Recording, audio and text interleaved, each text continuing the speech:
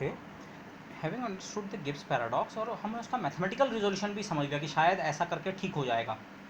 लेकिन उसको फिजिकली अगर आप मोटिवेट करना चाहें कि फिजिकल आर्गुमेंट क्या है, बेसिकली जो आर्गुमेंट है वो इस तरीके का, माना आपके पास दो अलग अलग स्पीसीज़ के जब आप मिक्सिंग कर रहे थे, एक तरफ की स्पीसीज़ को मैं थोड़ी देर के लिए इस तरह से लेबल करता हूँ, माना नंबर से लेबल 1 2 3, इनका नामकरण माना हम इस तरह से कर रहे हैं, और यहाँ वालों का नामकरण माना ये अलग स्पीसीज़ है ABC टाइप के, ये दिखाने के लिए कि ये नंबर से और इनको हम अल्फ़ाबेट से लेबल कर रहे हैं, ठीक है।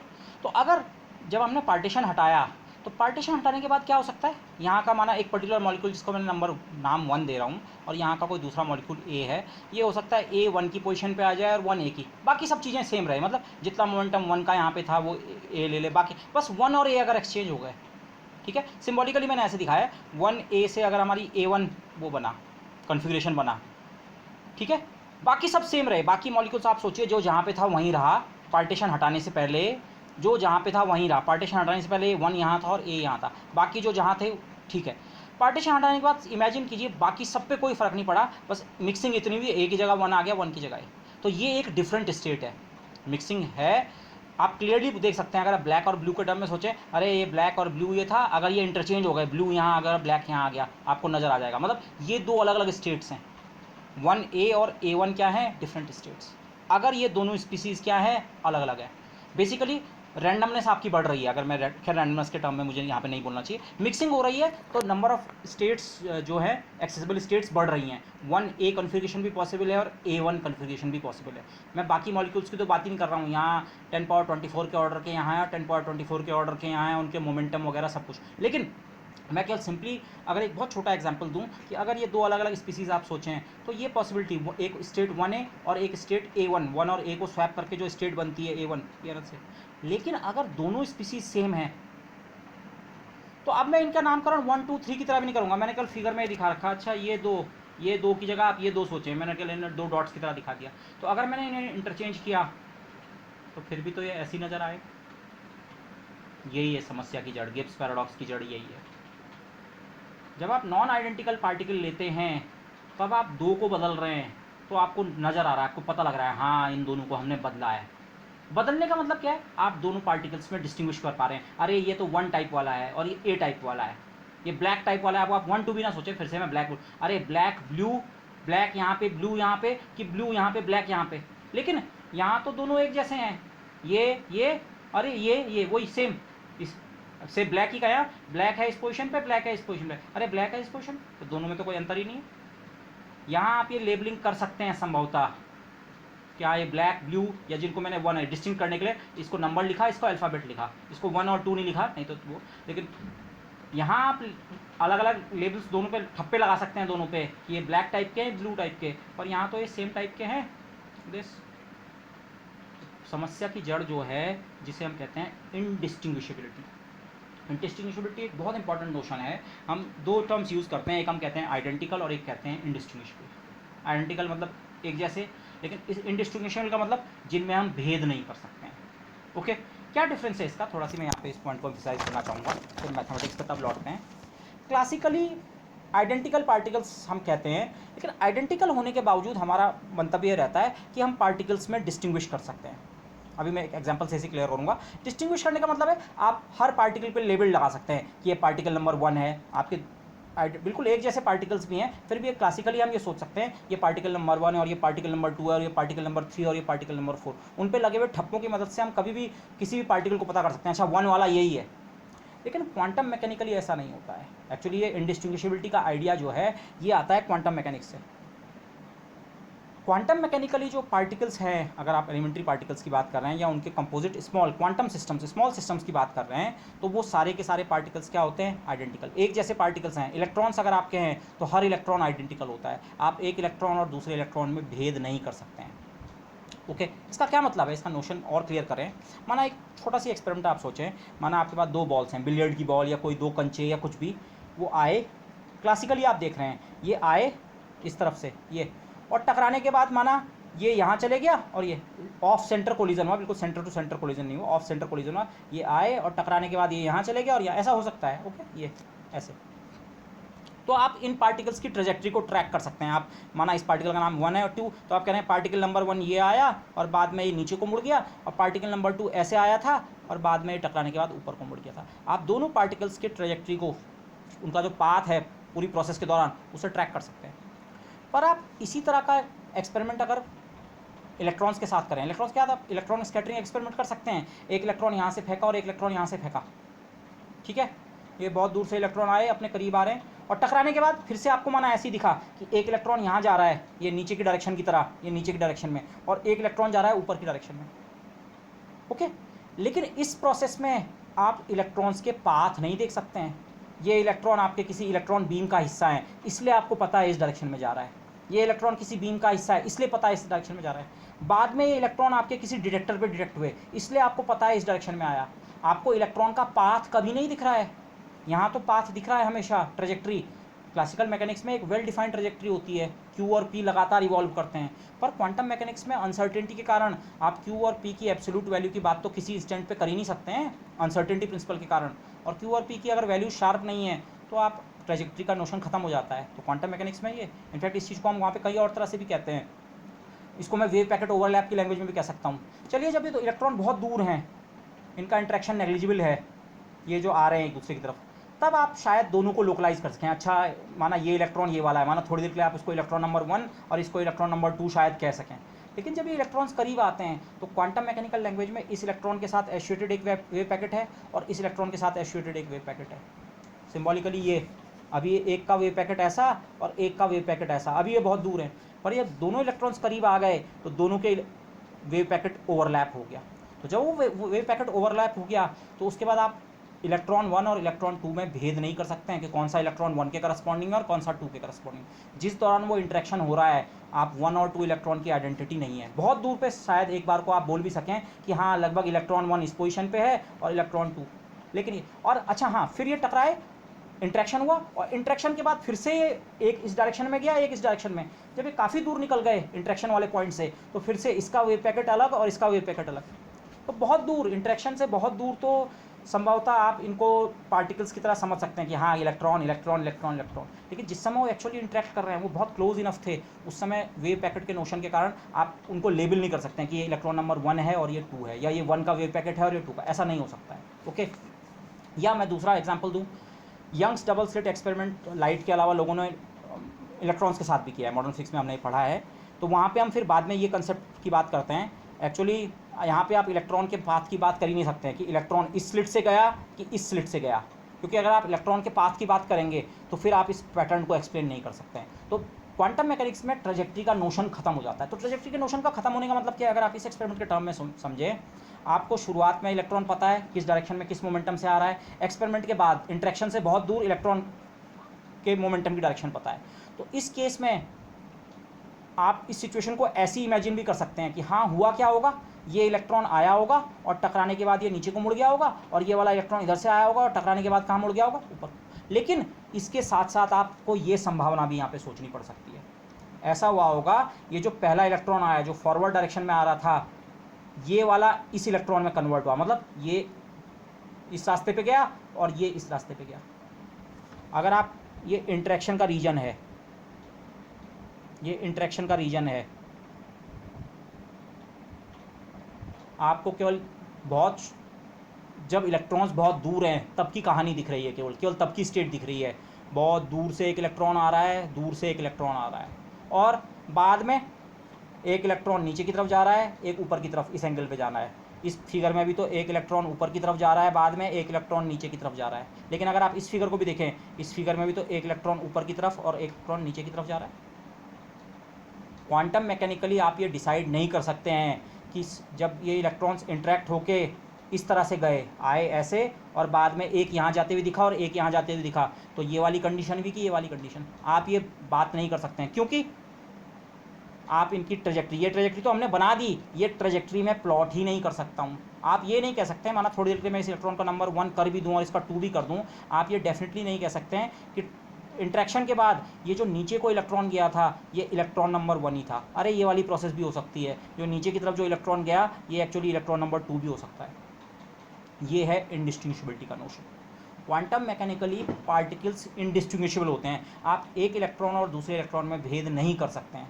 माना इनिशियली आपने एक बार भेद भी कर इस तरह से कर भी लिया कि एक्सपेरिमेंटल कंडीशंस आपकी ऐसी थी, एक का वेव पैकेट और दूसरे का वेव पैकेट बहुत ज़्यादा सेपरेटेड था, लेकिन एक बार जब वो इंटरेक्ट करके क्लोज इनफ आ गए तो उसके बाद आप अपने इलेक्ट्रॉन्स पे ठप्पा नहीं लगा हुआ देख सकते कि अरे वो 1 नंबर वाला इलेक्ट्रॉन ये जा रहा है और 2 नंबर वाला ये जा रहा है, उसके बाद सब केवल इलेक्ट्रॉन्स हैं। अरे आप तब केवल बोल सकते हैं अरे एक इलेक्ट्रॉन वहाँ दिख रहा है और एक वहाँ, कौन सा पहला और कौन सा दूसरा वो आप बात नहीं कर सकते हैं। ओके, बाकी ये चीज़ आप क्वांटम मैकेनिक्स में आइडेंटिकल पार्टिकल्स वगैरह पढ़ेंगे, but hopefully you understand this. तो क्वांटम मैकेनिक्स में जब हम आइडेंटिकल पार्टिकल्स कहते हैं तो उसका मतलब होता है इंडिस्टिंग्विशेबल। आइडेंटिकल होने का मतलब बिलियर्ड्स बॉल की तरह आइडेंटिकल नहीं है, बिलियर्ड की टेबल पे बिलियर्ड की बॉल रखी है, सारी रेड कलर की है माना, पर फिर भी अगर आप एक उन बॉल्स को आपस में टकराएं तो आप किसी भी बॉल को ट्रेस कर सकते हैं। आपको पता है अरे ये मेरी शुरुआत में जिस बॉल से मैंने स्ट्राइक किया था वो वाली है, ये गई इससे टकराई यहाँ यहाँ यहाँ, क्योंकि हर बॉल का पाथ जो है उसकी ट्रेजेक्ट्री आप ट्रेस कर सकते हैं। लेकिन क्वांटम मैकेनिकली ट्रेजेक्ट्री का नोशन खत्म हो जाता है, तो इसीलिए क्वांटम मैकेनिकली जो आइडेंटिकल पार्टिकल्स हैं वो इनडिस्टिंग्विशेबल भी होते हैं। आप उनमें बिल्कुल भेद नहीं कर सकते। भेद नहीं करने का मतलब आप एक्चुअली पार्टिकल्स पे ठप्पा नहीं लगा सकते हैं, लेबल नहीं कर सकते हैं उन्हें। लेबल करने का सेंस ये है,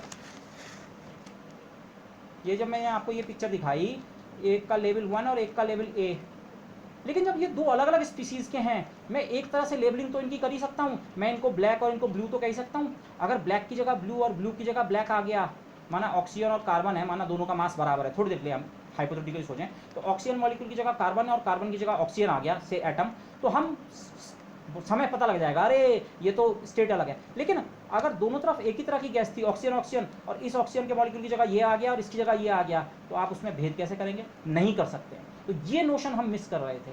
हमारी जो ये गड़बड़ हो रही है, जो पैराडॉक्स अपियर हो रहा था, उसका फिजिकल रीज़न ये है, हमने इंडिस्टिंग्विशबिलिटी ऑफ पार्टिकल्स का ध्यान नहीं रखा। ओके, अब इंडिस्टिंग्विशबिलिटी ऑफ पार्टिकल्स जो है ये आती क्वांटम मैकेनिक्स से। इंडिस्टिंग्विशबिलिटी ऑफ पार्टिकल्स का ओरिजिन क्वांटम मैकेनिक्स से आता है। ओके, अगर आप अभी तक थोड़ा वॉल्यूम में इशू रहा हो तो you can tell me. Okay, but indistinguishability का नोशन क्वांटम से आता है प्रॉपर, बट ये हमें लेना पड़ेगा। अगर हम क्लासिकल स्टैटिस्टिकल मैकेनिक्स भी कर रहे हैं तो इंडिस्टिंग्विशबिलिटी के नोशन की ज़रूरत है, नहीं तो फिर गिब्स पैराडॉक्स टाइप की समस्या आएंगी। तो अगेन ये वो दूसरा इनपुट है जो क्वांटम मैकेनिक्स से आपको ज़रूरत पड़ती है। अगर आप क्लासिकल स्टैटिस्टिकल मैकेनिक्स भी कर रहे हैं तभी भी इसकी आपको ज़रूरत पड़ती है।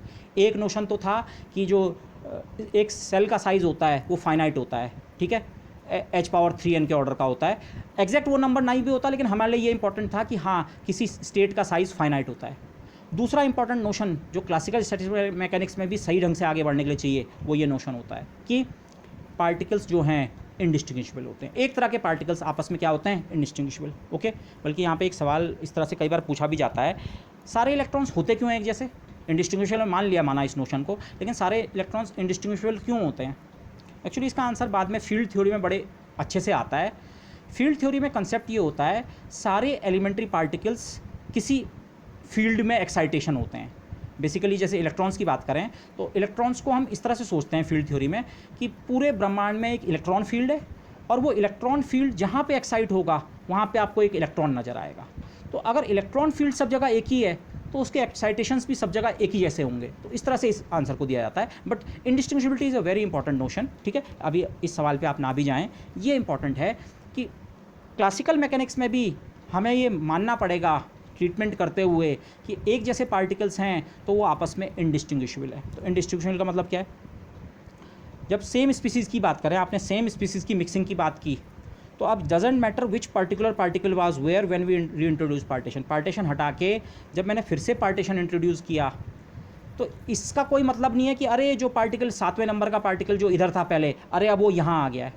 आप इसको अगर उस तरह से सोचें तो आप बोलेंगे अच्छा जब पार्टीशन हटा रखा, पहले पार्टीशन नहीं था, सॉरी पहले पार्टीशन था, एक तरह के मॉलिक्यूल्स हैं, 100 यहाँ 100 यहाँ, पार्टीशन हटाया, बाद में हमने पार्टीशन फिर से लगा दिया, तो ऑन एवरेज हमें ये तो पता है लगभग 100 यहाँ 100 यहाँ, सेम कंडीशन तो अचीव होगी। पर आप बहुत अगर इसमें डीपली जाएँ, आप बोलेंगे नहीं जी हुआ क्या होगा, अरे यहाँ जो एक मॉलिक्यूल रहा होगा हो सकता है बाद में वो बाद में इस वाले पार्टीशन में पहुँच गया हो, पार्टीशन हटाया और फिर से लगाया तो यहाँ का एक पर्टिकुलर मॉलिक्यूल हो सकता है यहाँ पहुँच गया हो।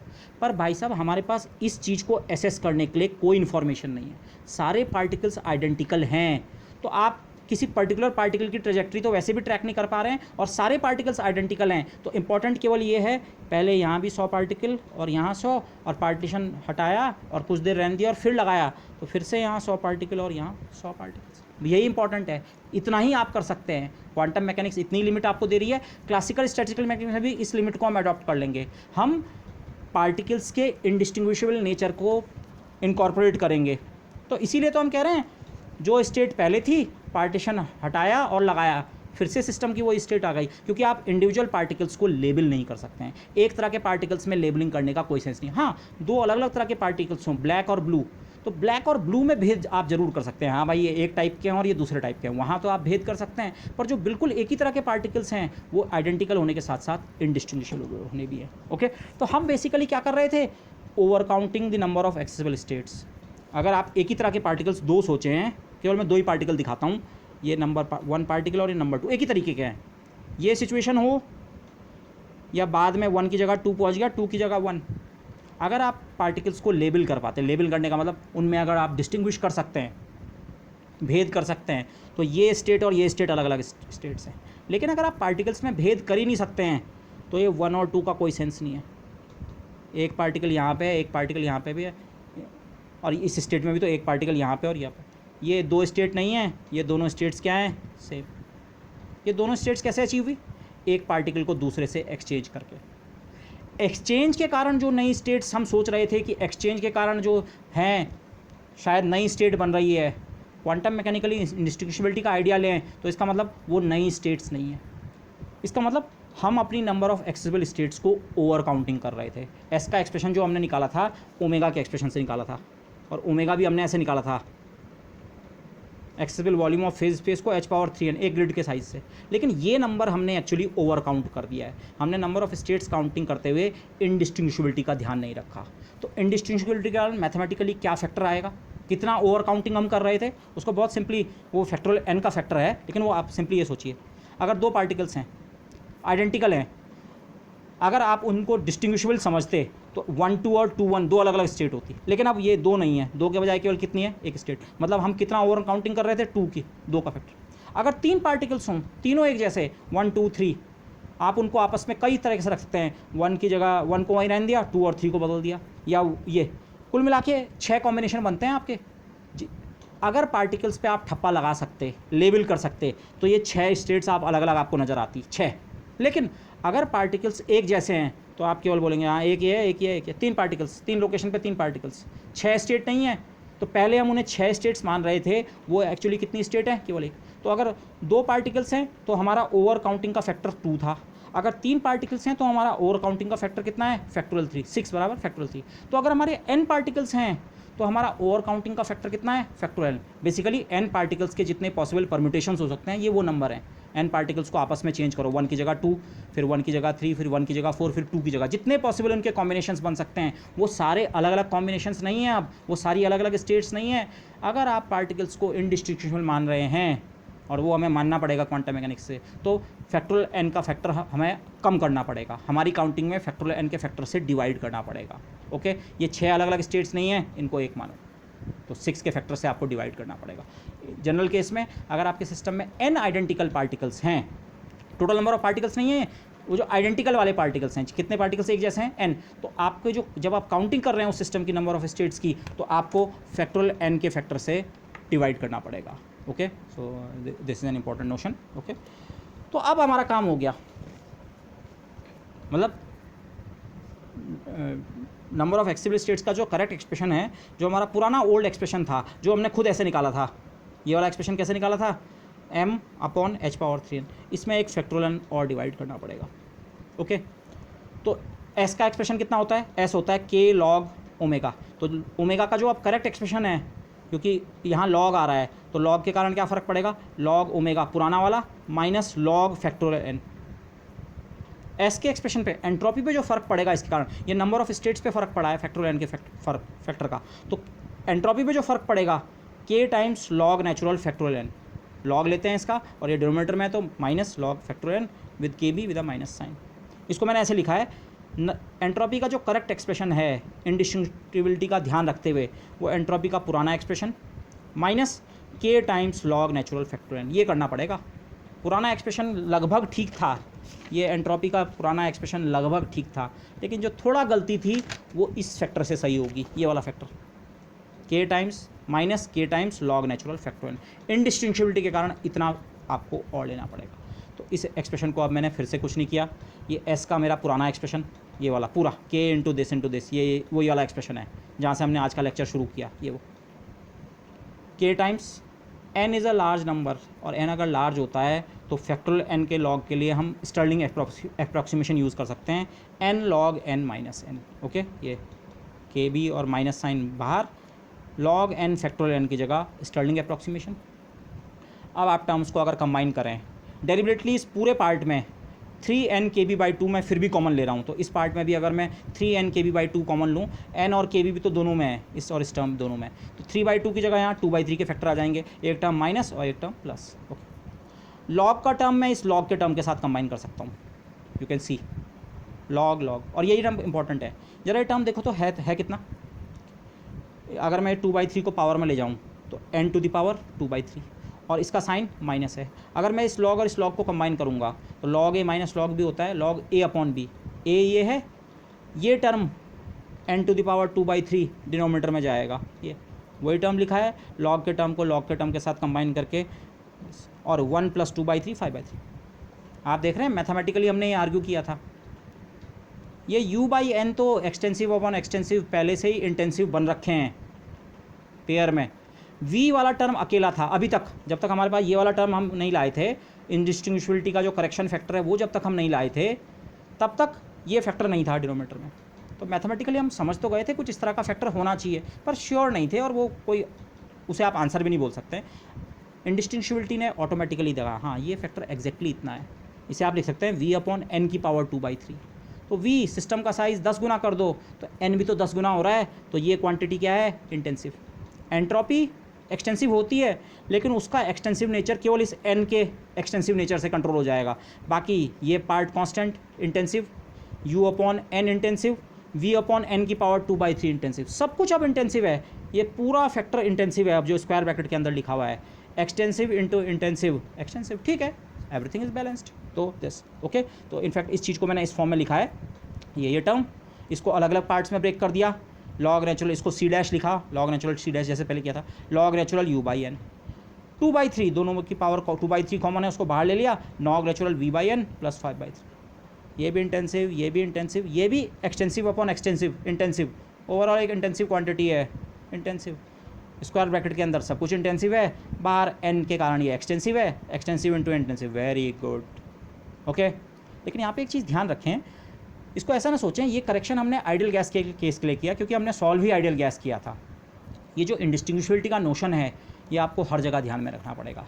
आप जो भी सिस्टम सॉल्व कर रहे हैं, अगर वहाँ एक जैसे पार्टिकल्स हैं, सिस्टम के कॉन्स्टिट्यूएंट्स एक जैसे हैं, इंडिस्टिंग्विशबिलिटी का फैक्टर 1/n आपको कंसिडरेशन में लेना पड़ेगा। अगेन ये फैक्टर कंसिडरेशन में क्लासिकल मैकेनिक्स में बाई हैंड लाना पड़ता है। क्लासिकल मैकेनिक्स में ऐसा कोई नोशन नहीं है कि इंडिस्टिंग्विशबिलिटी होनी चाहिए। इंडिस्टिंग्विशबिलिटी बेसिकली एक क्वांटम मैकेनिकल इफेक्ट है। क्वांटम मैकेनिक्स में जब हम सॉल्व करके लाते हैं सिस्टम्स को तो इंडिस्टिंग्विशबिलिटी इनकॉर्पोरेट होके आ जाएगी, लेकिन क्लासिकल में ये फैक्टर हमें बाई हैंड याद रखना पड़ेगा कि हाँ इंडिस्टिंग्विशबिलिटी का नोशन भी हमें इनकॉर्पोरेट करना है। ओके, और इसी एक्सप्रेशन को अगर मैं टी के टर्म में लिखूँ तो टी u/n बेसिकली क्या करता है, कुछ कांस्टेंट लाता है, वो कांस्टेंट सी डैश को सी पे बदल देंगे और ये फैक्टर टी में चेंज हो जाएगा, ठीक है, u/n की जगह टी आ जाएगा, बाकी ये फैक्टर है सी। तो अगर आप टेम्परेचर के टर्म में लिखें तो ये एक्सप्रेशन, तो जो हमारा ओरिजिनल एक्सप्रेशन है एंट्रोपी का, अब उसे करेक्ट करके ये हमें जो एक्सप्रेशन मिला, इनफैक्ट इस एक्सप्रेशन को हम सकूर-टेट्रोड इक्वेशन कहते हैं, वो मैं लास्ट में डिस्क्राइब करूँगा, बट दिस ये है करेक्ट एक्सप्रेशन जब हमने इंडिस्टिंग्विशबिलिटी के नोशन को भी इंट्रोड्यूस कर दिया है। दिस न्यूमेरिकली मैं आपको लास्ट में मैथमेटिकली थोड़ा दिखाना चाहता हूँ कि मैथमेटिकली एक्चुअली हो क्या रहा है, पैराडॉक्स रिजॉल्व किस तरह से हो रहा है। S1 का जो एक्सप्रेशन है, केवल एक पार्टीशन में जो गैस थी उसकी एंट्रोपी का एक्सप्रेशन, अब जो हमारा एंट्रोपी का नया एक्सप्रेशन है, मैं सीधे यहाँ से वर्क करूँगा क्योंकि इतना पार्ट हम पहले निकाल चुके हैं, पुराना एंट्रोपी का इतना एक्सप्रेशन हम इवैल्यूएट कर चुके हैं, उसमें कितना करेक्शन आ रहा है, KB times log factorial n और आएगा। तो अब हमारा एंट्रोपी का S1 वाले सेक्शन का S1 जो पुराना निकाला उसमें KB टाइम्स लॉग n की जगह उसमें केवल n1 पार्टिकल्स हैं, फैक्टोरियल n1, लेकिन मैं सीधे अब इस वाले एक्सप्रेशन को यूज़ करूँ करेक्ट एक्सप्रेशन को, तो ये n की जगह n1, 3n1 kb/2 log natural, इन दोनों टर्म्स को मैं एक ही में शामिल कर देता हूँ। अगेन इस वाली फॉर्म को यूज़ कर रहा हूँ, c इंटू टी क्यों, चाहे सिस्टम का एक सेगमेंट लूँ चाहे दूसरा चाहे कंबाइंड सिस्टम, c और t की वैल्यू पे कोई फ़र्क नहीं पड़ेगा, तो इसलिए ठीक है। ये प्लस 2/3 लॉग नेचुरल v1/n1, केवल इस सेगमेंट के लिए वॉल्यूम v1 और number of particle n1 plus 5/3 s1 का एक्सप्रेशन ये। ऐसे ही s2 का एक्सप्रेशन सेम, n1 की जगह n2, c और t तो सेम रहे, v1/n1 की जगह v2/n2 दिस। ओके, ये एक्सप्रेशन कैसे आया मैं फिर से आपको रिमाइंड कराना चाहूँगा। पुराने एक्सप्रेशन में हमने फैक्टोरियल n1 का भाग दिया होगा नंबर ऑफ स्टेट्स में, नंबर ऑफ स्टेट्स में फैक्टोरियल n1 का भाग दिया होगा, लॉग एंट्रोपी में तो उसका लॉग लिया गया है दिस। ऐसे ही ये एक्सप्रेशन कैसे आया होगा, ओरिजिनल वाला जो काउंटिंग ऑफ स्टेट्स थी उसमें फैक्टोरियल n2 से भाग दिया होगा। अब अगर दोनों तरफ सेम स्पीसीज़ थी, एक्चुअली समस्या हमें सेम स्पीसीज़ के केस में नज़र आई, तो सेम स्पीसीज़ अगर दोनों तरफ है तो अब कंबाइंड सिस्टम, पार्टीशन नहीं है, और कुल मिला के कितने पार्टिकल्स हैं n1 प्लस n2, और वॉल्यूम कितना है v1 प्लस v2। तो एंट्रोपी का यही वाला, अब नया वाला जो एक्सप्रेशन है इसी को इस्तेमाल करें, पर आप यहाँ पे थोड़ा ध्यान रखेंगे, ये n1 की जगह n1 plus n2 ct 2/3 log natural v1 plus v2 n1 plus. ये एक्सप्रेशन कैसे आया होगा, मतलब कैसे से मेरा मतलब, यहाँ हमने किस फैक्टर से डिवाइड किया होगा, कुल कितने पार्टिकल्स हैं, कंपोजिट सिस्टम में पार्टीशन हटा दिया, कुल मिला के कितने पार्टिकल्स हैं n1 प्लस n2, और सारे के सारे एक जैसे हैं। जब स्पीसीज सेम है तो सारे के सारे particles n1 plus n2 particles कितने हैं, एक तरह के। तो ये एक्सप्रेशन किस तरह से ऑब्टेन हुआ होगा, नंबर ऑफ स्टेट्स पे जब हमने काउंटिंग की होगी उसमें किस फैक्टर से डिवाइड किया होगा, फैक्टर n1 प्लस n2, उससे हम इस एक्सप्रेशन पे पहुंच जाएंगे। तो सेम स्पीसीज के लिए ये एक्सप्रेशन आ गया। तो सेम स्पीसीज के केस में हमें पता है एंट्रोपी का चेंज 0 होना चाहिए, रिवर्सिबल प्रोसेस है वो। तो मतलब इस समय ये टर्म जो है, अब ये नई एंट्रोपी मिक्स्ड वाले सिस्टम की ठीक इन दोनों के सम के बराबर होनी चाहिए। मतलब इसमें से अगर इन दोनों के सम को सब्ट्रैक्ट करूँ तो मुझे 0 मिलना चाहिए, तभी तो एक्सप्रेशन सही माना जाएगा।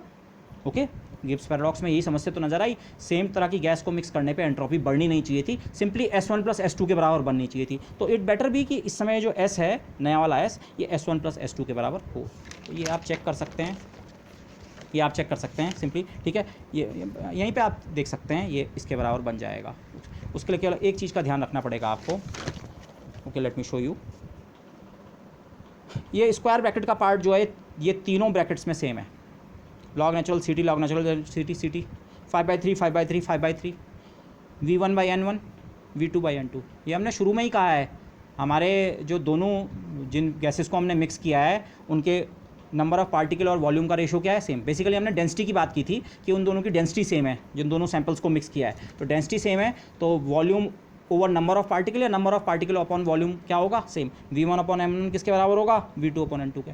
और अगर ये इसके बराबर है तो यही quantity v1 plus v2/n1 plus n2 के बराबर भी होगी। तो जिस चीज़ का आप लॉग ले रहे हैं वही फैक्टर यहाँ भी है, वही फैक्टर यहाँ भी है, वही फैक्टर। तो स्क्वायर ब्रैकेट के अंदर की जो क्वांटिटी है s1 में, s2 में या s में सेम है। तो अब डिफरेंस कहाँ है, 3 kb/2 सब में है, यहाँ n1 है, यहाँ n2 है, और यहाँ n1 प्लस n2। तो ये इन दोनों के सम के बराबर तो है, बिल्कुल सही मैच हो रहा है। एंट्रोपी ऑफ मिक्सिंग अगर हम सेम स्पीसीज़ के लिए कैलकुलेट करें, एंट्रोपी का चेंज s में से s1 माइनस s2 को, तो ये 0 बन रहा है, बिल्कुल सही। क्योंकि एंट्रोपी का चेंज 0 क्यों होना ज़रूरी था भाई, इस समय डिसऑर्डर बढ़ थोड़ी रहा है, सेम गैस है, पार्टीशन हटाया पार्टीशन लगाया, इफेक्टिवली आपने कुछ भी चेंज नहीं किया, आपने सारी प्रोसेस को रिवर्स कर दिया है, रिवर्सिबल प्रोसेस है, तो बस ये सही हो रहा है।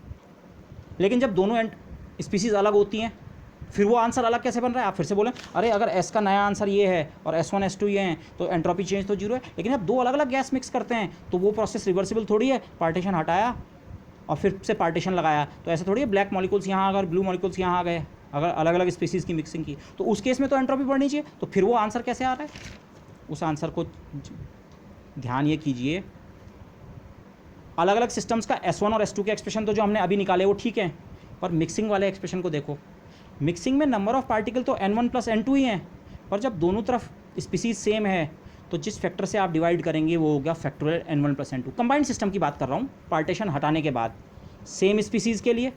लेकिन जब स्पीसीज़ दो अलग अलग हैं तो जब वो मिक्स भी हो गए, मिक्स होने के बाद भी आप ब्लैक और ब्लू वालों में भेद कर सकते हैं, इंडिस्टिंग्विशबिलिटी है, लेकिन ब्लैक वालों की आपस में और ब्लू वालों की आपस में। ये n1 और ये N2 पार्टिकल जो मिक्स तो हो चुके हैं, लेकिन आप इनमें अभी भी भेद कर सकते हैं। आप ब्लैक और ब्लू वाले में कंफ्यूज नहीं करेंगे, उनकी स्पीसीज़ अलग अलग है। तो इंडिस्टिंग्विशिबिलिटी का फैक्टर जिससे हमने डिवाइड करना है 1/फैक्टोरियल N1 से अलग डिवाइड करना पड़ेगा। ये ब्लैक वाले फर्स्ट स्पीसीज़ की जो इंडिस्टिंग्विशिबिलिटी है उसके लिए फैक्टर, और सेकंड स्पीसीज़ की जो आपस में इंडिस्टिंग्विशिबिलिटी है उसके लिए फैक्टर। इसको इस तरह सोचो, 4 पार्टिकल्स सोचो, 2 ब्लैक पार्टिकल्स और 2 ब्लू पार्टिकल्स। ब्लैक को ब्लू से किसी से भी रिप्लेस करूँ वो अलग स्टेट बनेगी, ब्लैक और ब्लू अलग है, हमें पता लग जाएगा नहीं भाई ब्लैक की जगह ब्लू लाए हैं ब्लू। लेकिन ब्लैक्स को आपस में इंटरचेंज करें कोई फर्क नहीं पड़ेगा। ब्लैक पार्टिकल कुल कितने हैं N1, तो इंडिस्टिंग्विशिबिलिटी का फैक्टर 1/फैक्टोरियल। ब्लू पार्टिकल्स कितने हैं N2, इंडिस्टिंग्विशिबिलिटी का एक और फैक्टर 1/फैक्टोरियल N2। तो कुल मिला के जो इंडिस्टिंग्विशिबिलिटी का के कारण फैक्टर आएगा, डिवीजन करना पड़ेगा फैक्टोरियल N1 से अलग और फैक्टोरियल N2 से अलग, मिला के इस फैक्टर से। जबकि जब आपने सेम स्पीसीज़ की मिक्सिंग की तो कुल मिला के पार्टिकल्स हैं N1 + N2 और सारे के सारे एक जैसे हैं, तो इंडिस्टिंग्विशिबिलिटी का जो फैक्टर है कुल आइडेंटिकल पार्टिकल्स का नंबर है N1 + N2, ये फैक्टर। तो ये इंपॉर्टेंट डिफरेंस है, इस चीज़ को आप ध्यान में रखेंगे। ओके, तो जब आपने डिफरेंट स्पीसीज़ की मिक्सिंग की तो अब की बार मैं इस वाले एक्सप्रेशन को यूज़ करना चाहूँगा, क्योंकि ये वाला एक्सप्रेशन में सीधे टोटल नंबर ऑफ पार्टिकल्स, ये एक्सप्रेशन इससे तब ऑब्टेन हुआ जब हम फैक्टोरियल n से डिवाइड करते हैं। n की जगह N1 हो सकता है, n की जगह N2 हो सकता है, या n की जगह N1 + N2 हो सकता है, एक ही तरह की स्पीसीज़। पर जब दो अलग अलग तरह की स्पीसीज़ यूज़ की तो जिस फैक्टर से हमने डिवाइड किया है, एक फैक्टोरियल N1 अलग है और एक फैक्टोरियल N2 क्या है, अलग। तो जो हमारा x का एक्सप्रेशन ऑब्टेन होगा मिक्सिंग के बाद वाला, वो कैसा होगा, पुराना एक्सप्रेशन माइनस एक लॉग नेचुरल फैक्टोरियल N1 और एक minus log natural factorial N2। ये फैक्टर से अगर आप डिवाइड करते हैं काउंटिंग ऑफ स्टेट्स में इस फैक्टर से, तो s निकालने के लिए इसका लॉग लेंगे, तो लॉग लेंगे तो माइनस में आएंगे डिनोमिनेटर में होने के कारण, इसका लॉग अलग, इस फैक्टोरियल N1 का लॉग अलग और इस फैक्टोरियल N2 का अलग। ये मिक्सिंग वाले केस में अब की बार मैंने यहाँ वो नहीं लिखा है, लेकिन दो अलग अलग तरह की गैसेस को अगर हम मिक्स कर रहे हैं तो मिक्स्ड वाले सिस्टम की जो करेक्ट एंट्रोपी है, पुराना एक्सप्रेशन जो हमारा है, पुराने से मेरा मतलब या इस तरह का एक्सप्रेशन पिछले केस में जो हमने कर रखा है, उसमें इतना और सब्ट्रैक्ट करना पड़ेगा। लेकिन इस तरह के दो टर्म आएंगे KB के साथ, एक लॉग नेचुरल फैक्टोरियल N1 और एक लॉग नेचुरल फैक्टोरियल N2। और S1 का करेक्ट और S2 का करेक्ट एक्सप्रेशन मैं ये वाली फॉर्म भी यूज़ कर सकता हूँ, पर अगेन यहाँ पे ये वाली फॉर्म यूज़ करना फ़ायदेमंद है। S के जो पुराने एक्सप्रेशन निकाले हैं उसके साथ एक जगह KB log natural factorial N1 और एक जगह KB log natural factorial N2, ये फैक्टर दो अलग अलग आएंगे। तो अगर आप इस में से इन दोनों के सम को घटा दें, ये करेक्ट एक्सप्रेशन है। मिक्स होने के बाद दो अलग अलग स्पीसीज़ को मिक्स किया, मिक्स होने के बाद की एंट्रोपी, मिक्स होने से पहले की एक की एंट्रोपी, मिक्स होने से पहले की दूसरी की एंट्रोपी। अगर आप इसमें से इन दोनों का सम घटाएं तो मैथमेटिकली आपको करना क्या है, इसमें से इन दोनों को घटाना है। आप पहले इस सेगमेंट को देख लें, KB सब में है, साइन अपोजिट हो जाएगा, इन दोनों को घटाना है, log natural factorial N1 log natural, ये पार्ट इसको कैंसिल करता है, ये पार्ट इस पार्ट को एग्जैक्टली कैंसिल करता है। जो इंडिस्टिंग्विशिबिलिटी के फैक्टर के कारण करेक्शन आए अलग अलग मिक्स्ड वाले पार्ट में और केवल फर्स्ट वाले पार्ट में और केवल सेकंड वाले पार्ट में, वो केवल करेक्शन वाला पार्ट एक दूसरे को कैंसिल कर रहा है, ये वाला पार्ट कैंसिल नहीं कर रहा है। ये पार्ट कितना देगा आपको, इसमें से इन दोनों का सम घटाना है, इसमें से इन दोनों का सम हम घटा तो चुके हैं। ओल्ड से मेरा मतलब ये वाली कैलकुलेशन, ये वाली कैलकुलेशन जब हमने इंडिस्टिंग्विशिबिलिटी का ध्यान नहीं रखा था तब वाली कैलकुलेशन को मैं ओल्ड कैलकुलेशन कह रहा हूँ। तो उस समय ये फैक्टर हमने निकाला तो था, तो यही वाला आंसर आपको मिलेगा। मतलब हमारा आंसर सही था, लेकिन वो आंसर केवल कब एप्लीकेबल था, जब दोनों स्पीसीज़ क्या हों, अलग अलग। इस समय जो एक्स्ट्रा टर्म आए हैं, जब दोनों स्पीसीज़ एक ही टाइप की हैं, उस समय तो इसका रोल होता है, लेकिन जब दोनों स्पीसीज़ अलग अलग होती हैं एक्चुअली ये फैक्टर आपस में क्या हो जाते हैं, फिर से कैंसिल। तो ये वाला तो डेल्टा एस जो सही आंसर है करेक्ट, वो एक्चुअली डेल्टा एस जो हमने पहले निकाला था तभी। लेकिन ये केवल किस केस में, मैंने यूडी का मतलब था अनडिस्टिंग्विशेबल, उसको काट रखा है। अनडिस्टिंग्विशेबल वैसे कोई शब्द नहीं हुआ, इनडिस्टिंग्विशेबल लिखना चाहिए था, लेकिन हम डिस्टिंग्विश कर पा रहे हैं ब्लैक और ब्लू डिफरेंट स्पीसीज़। जब मेरे पास डिफरेंट स्पीसीज़ है तो चाहे मैं ये पुराना आंसर निकालता, वो एक्सीडेंटली सही हो रहा है। कायदे से मुझे इस आंसर में हमेशा इंडिस्टिंग्विशबिलिटी का ध्यान रखना चाहिए। ठीक है, N1 और N2 अलग अलग स्पीसीज़ के हैं, पर जो N1 मॉलिक्यूल्स हैं वो तो आपस में डिस्टिंग्विशबल हैं, सॉरी इनडिस्टिंग्विशबल हैं, और N2 आपस में इनडिस्टिंग्विशबल हैं। तो इनफैक्ट S1 निकालते हुए फैक्टोरियल N1 से डिवाइड करना चाहिए, S2 निकालते हुए फैक्टोरियल N2 से डिवाइड करना चाहिए, और S को निकालते हुए फैक्टोरियल N1 और फैक्टोरियल N2 से अलग अलग डिवाइड करना चाहिए। ठीक है, S के बजाय ओमेगा में, और फिर S में उनके लॉग आएंगे, लेकिन वो लॉग वाले पार्ट क्या हो रहे हैं, कैंसिल। तो यही आंसर बनेगा आपका। ठीक है दिस, तो दिस इज हाउ, तो change in the entropy of mixing या change in entropy during mixing for different species, वो ये पुराने वाला ये एक्सप्रेशन, मैंने फिर से ये एक्सप्रेशन कॉपी कर दिया है ये वाला, और ये हम पहले शो कर चुके हैं, ये expression greater than equal to 0 होता है। हाँ भाई, दो अलग अलग गैसेस को मिक्स करें तो डिसऑर्डर डेफिनेटली बढ़ता है, और उसका एक पर्टिकुलर केस हमने कंसिडर किया था जब दोनों साइड बराबर नंबर ऑफ पार्टिकल्स हों और दोनों साइड बराबर वॉल्यूम हो, उसको हमने मिक्स किया हो, स्पीसीज अलग अलग हों लेकिन बराबर वॉल्यूम और बराबर नंबर ऑफ पार्टिकल से स्टार्ट किया हो, तब ये नंबर 2n1 के लॉग नेचुरल 2 के बराबर, वही आंसर। ओके, इनफैक्ट मैं इस वाले कैलकुलेशन को फिर से इस टर्म्स में रिपीट करना चाहूँगा। अगर दोनों तरफ सेम पार्टिकल्स हैं तब मैथमेटिकली क्या हो रहा है, वैसे आपने एक्सप्लिसिटली यहाँ देख लिया, जब दोनों तरफ सेम पार्टिकल्स हैं तो जिस फैक्टर से हमें डिवाइड करना होता है वो होता है फैक्टोरियल n1 प्लस n2 का फैक्टर, और फैक्टोरियल n1 प्लस n2 का फैक्टर हम लें तो सिंपली ये सारे फैक्टर सेम बनते हैं। पर इस कैलकुलेशन को अगर मैं इसी तरीके से करूँ तो मतलब एंट्रोपी का जो भी एक्सप्रेशन है किसी भी केस में, वो जो हमने एंट्रोपी का पुराना एक्सप्रेशन लिखा है उसके साथ एक इस तरह का फैक्टर आता है, तो S1 और S2 के फैक्टर तो यही रहेंगे, लेकिन S मिक्सिंग अगर दोनों तरफ सेम पार्टिकल्स हों तो ये दो अलग अलग फैक्टोरियल नहीं आएंगे। अब जो आपका इंडिस्टिंग्विशबिलिटी का फैक्टर है वो 1 फैक्टोरियल n1 n2 होगा, तो लॉग नेचुरल जो आएगा एक साथ factorial of n1 plus n2 का आएगा। तो let's do this calculation that way कि अगर मैं इस फैक्टर की जगह फैक्टोरियल n1 प्लस n2 का लॉग लेके करूं, तब अगर मैं इसमें से इन दोनों को सब्ट्रैक्ट करूं तब क्या मिलता है, entropy change when both the species are same, तो वो बनेगा इतना, दिस ये दिस माइनस दिस, ये टर्म तो इतना ही देगा आपको, ये वाला दिस माइनस दिस इतना ही मिलने वाला है। अब की बार अगर ये फैक्टोरियल ये और ये अलग अलग नहीं है तो ये सब कुछ कैंसिल नहीं होगा, यहाँ अब है फैक्टोरियल n1 प्लस n2 का फैक्टोरियल है अगर सेम स्पीसीज़ है, तो अब ये टर्म और ये टर्म और ये टर्म एक्स्ट्रा है। इतना आंसर तो हम पहले निकाल चुके हैं, तो इस आंसर को तो मैं ऐसे ही छोड़ रहा हूँ, तो ये आंसर तो इतना है, लेकिन बाकी पार्ट इतना है, माइनस के भी कॉमन, लॉग नेचुरल n1 और n2 का अलग नहीं, n1 प्लस n2 का, minus log natural n1 minus log natural 2। अब मैं केवल इस पार्ट को सिंप्लीफाई कर रहा हूँ, केवल इस पार्ट को, ठीक है। मुझे ये आंसर इस केस में 0 चाहिए, सेम स्पीसीज को मिक्स करते हैं तो एंट्रोपी का चेंज 0 होना चाहिए, लेकिन इसका जो ये वाला टर्म कंट्रीब्यूट कर रहा है, ये वाला, ये पार्ट कौन सा था, ये वो आंसर्स हैं जब तक हमने अनडिस्टिंग्विशबिलिटी के कॉन्सेप्ट को नहीं जानते थे, इंडिस्टिंग्विशबिलिटी के, सॉरी मैं बोल रहा हूँ बार बार, that is always indistinguishable, particles are indistinguishable. Indistinguishability का कंसेप्ट नहीं था तब तक का आंसर ये है, ठीक है। हाँ, डिफरेंट स्पीसीज़ के लिए तो वही आंसर बनना चाहिए, पर सेम स्पीसीज़ में वो आंसर 0 कैसे बन रहा है, इतना टर्म एक्स्ट्रा है।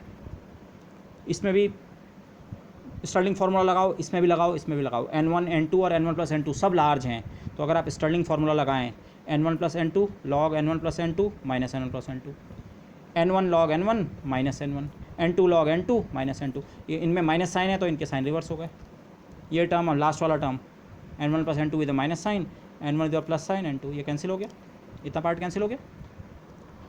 यहाँ पे मैंने थोड़ा गड़बड़ कर दी थी जल्दीबाजी में कैलकुलेशन में, लॉग a इंटू बी तो लॉग a प्लस बी होता है, मैं इस लॉग को उस तरह से स्प्लिट करने लग रहा था, इससे गलती होती। लॉग की स्प्लिटिंग नहीं होगी, लेकिन आप n1 टाइम्स ये लॉग लिख सकते हैं और n2 टाइम्स इस लॉग को लिख सकते हैं। तो अगर आप ये दो अलग अलग टर्म लिखें और n1 प्लस n2 को अब मैं अगर सिंपली n लिख दूँ, टोटल नंबर ऑफ पार्टिकल्स, तो this n1 times log n, या n1 प्लस n2 ही रखा है अभी, प्लस n2 टाइम्स फिर से ये टर्म, और ये दो टर्म अलग अलग माइनस, पहले टर्म से दो टर्म बन गए दिस।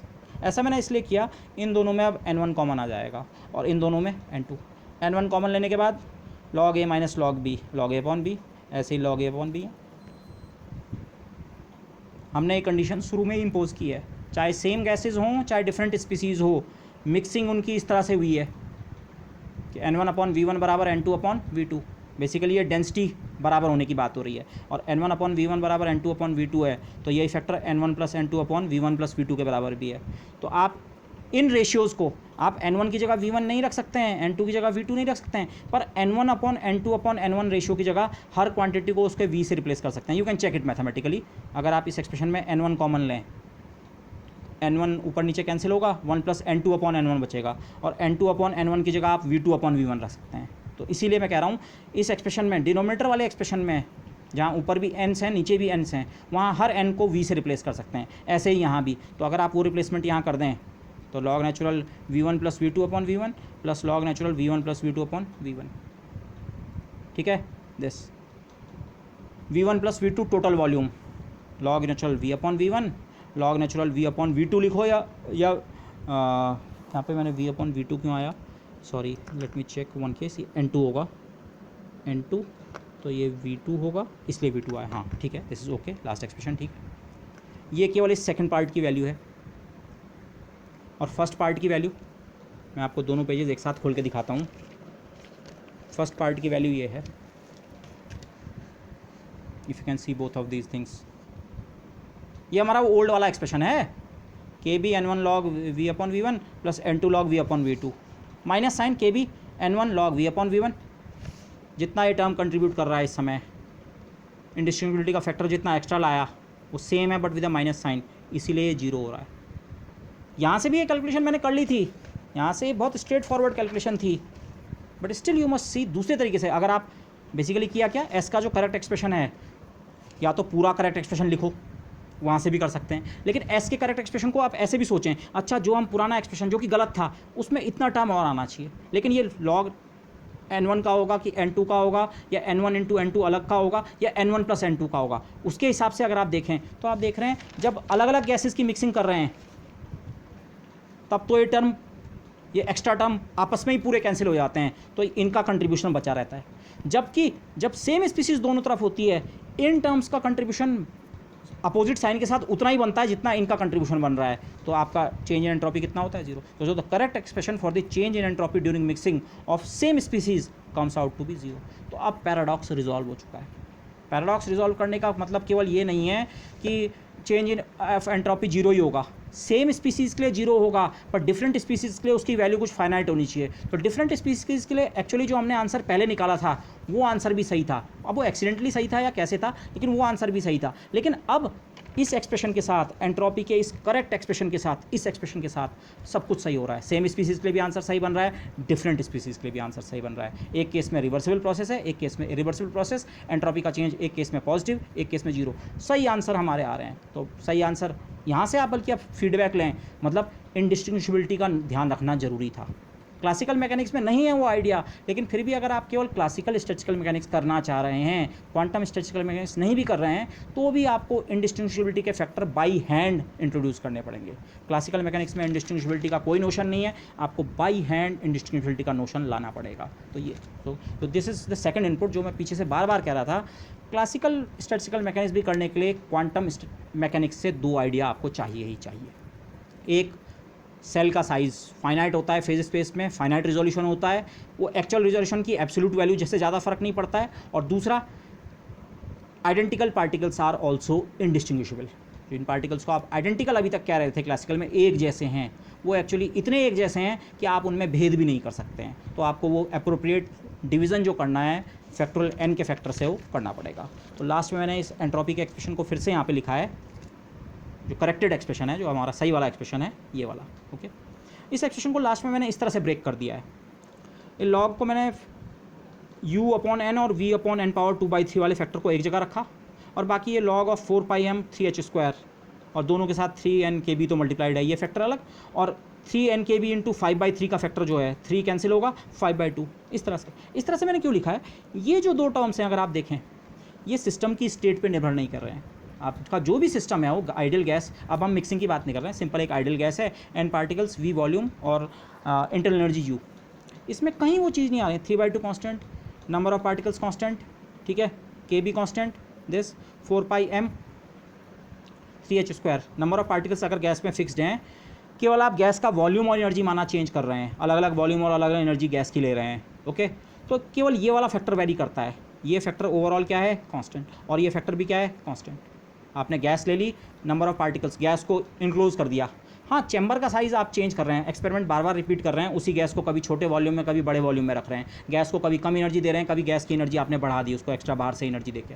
तो u और v को अगर आप वेरी कर रहे हैं, लेकिन इन चीज़ों को अगर वेरी नहीं कर रहे हैं, नंबर ऑफ पार्टिकल्स को आप बिल्कुल चेंज नहीं होने दे रहे, तो ये फैक्टर और ये फैक्टर कॉन्स्टेंट है, तो इसको हमने S0 लिखा है। तो ये पार्ट जो है ये सिस्टम की स्टेट के साथ वेरी करेगा, आप उसकी वॉल्यूम और इंटरनल एनर्जी को चेंज करें, ये पार्ट चेंज करेगा, जबकि ये पार्ट सिंपली एक एडिटिव कांस्टेंट की तरह होगा। इस फॉर्म में मैंने क्यों लिखा है, क्योंकि इस फॉर्म में इस इक्वेशन को सकूर और टेट्रोड ने स्टडी किया था। सकूर ने इसे ऑब्टेन किया था कि जो आइडियल गैस की जो एंट्रोपी है उसमें एक टर्म इस तरीके का होता है, और बाकी पार्ट कांस्टेंट होता है, ये एग्जैक्ट फॉर्म ना भी हो, सम कांस्टेंट, ये वाला फॉर्म निकाल दी थी और बाकी पार्ट क्या है, कांस्टेंट। और फिर टेट्रोड ने शो किया कि हाँ एक्सपेरिमेंट्स इसके साथ मैच करते हैं। उन्होंने आइडल गैस के साथ, आइडल गैस तो कोई गैस नहीं हो सकती, पर रियल गैसेस को क्यों बहुत रेयरिफाइड उसका अगर हम वो लें, बहुत कम डेंसिटी के साथ लें और हाई टेम्परेचर पे एक्सपेरिमेंट करें तो वो आइडल गैस की तरह बिहेव करते हैं। तो आइडल गैस जैसे एक्सपेरिमेंट्स उन्होंने किए और उन्होंने पाया कि हाँ यू और एन के साथ, यू और वी के साथ जो वेरिएशन है वो इसी प्रकार का है। तो फिर वहाँ से इसका जस्ट वो आया, मतलब कि एक्सपेरिमेंटल प्रूफ आप इसे कह सकते हैं। तो इसीलिए इस इक्वेशन को सकूर टेट्रोड इक्वेशन कहा जाता है। ये इसी एक्सप्रेशन को भी आप सकूर टेट्रोड कह सकते हैं, पर यूजुअली इस फॉर्म में ये वाला टर्म और बाकी को एडिटिव कांस्टेंट एस नॉट, इसे कहा जाता है the Sackur Tetrode equation. So this equation for the entropy of an ideal gas, okay, this expression is called the Sackur-Tetrode equation. Okay, so this completes our discussion not only of this, in fact microcanonical ensemble का more or less हमारा discussion खत्म हो गया है। Okay, next lecture में हम जाएंगे दूसरी तरफ के एंसेम्बल की तरफ, जो है कैनोनिकल एंसेम्बल। कैनोनिकल एंसेम्बल का आइडिया जो हम डेवलप करेंगे that comes later, but basic philosophy ये है वहाँ पे, मैथमेटिक्स के हिसाब से मैं कह रहा हूँ, कैनोनिकल एंसेम्बल सॉल्व करने के हिसाब से माइक्रो कैनोनिकल एंसेम्बल से आसान पड़ता है। माइक्रो कैनोनिकल एंसेम्बल में कैलकुलेशन अगर करनी है तो आपको नंबर ऑफ़ स्टेट्स की काउंटिंग करनी पड़ती है। ओमेगा आ गया तब तो फिर कैलकुलेशन यहाँ भी हो जाएंगी, ओमेगा से एस निकल जाएगा और एस के पार्शियल डेरिवेटिव से बाकी thermodynamic quantities. But in principle number of states की काउंटिंग मुश्किल होती है। और केवल ये दिक्कत नहीं है, एक दूसरी प्रॉब्लम भी है। दूसरी प्रॉब्लम बेसिकली एनर्जी से रिलेटेड है। माइक्रो कैनोनिकल एंसेम्बल कहता है सिस्टम की एनर्जी फिक्स्ड हो या थोड़ा अनसर्टेनिटी, ई से लेकर ई प्लस डी, मतलब सिस्टम के इंट्रैक्शंस जो हैं, एनर्जी एक्सचेंज आपको सीमित करना पड़ेगा। इन प्रिंसिपल आइसोलेटेड सिस्टम बनाना बहुत मुश्किल होता है।